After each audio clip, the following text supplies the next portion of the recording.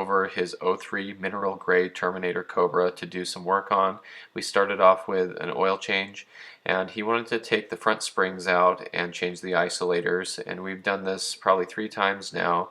He's had the stock isolators, he's had poly ones, and then we changed back the stock ones with a Steeda spacer, and he's still scraping on things you can see under here, and so he wanted to add the poly ones. And so he also has Kenny Brown suspension underneath there, and that scrapes on things too. It's like subframe bracing, and it just makes it a little bit lower to the ground. So he wanted to add the poly ones as a spacer. When we got the springs out, I realized that we had already put this Steeda spacer in there. That fell out, and I forgot that was even in there. It's supposed to raise the front end up a little bit.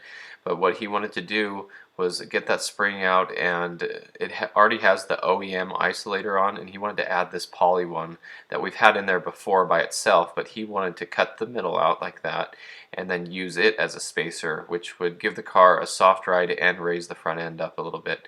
So you can see here is the spring, and you have the original OEM one, which would go on top like this. This is the stock one. We used some electrical tape to hold it in place. But we did end up putting the 2 isolators in, the poly one and the stock one. We didn't put the ring in, the Steeda ring. We were afraid that we wouldn't be able to get the spring in there if we had all 3 of them in there. And it did raise up the front end, but it really wasn't that much, because without the Steeda one in, the other one probably raised it up just a little bit more, but it still looks good, and the car looks lowered and everything, and it settled pretty well. So we took it for a test drive, and it actually handled really nicely and felt really good.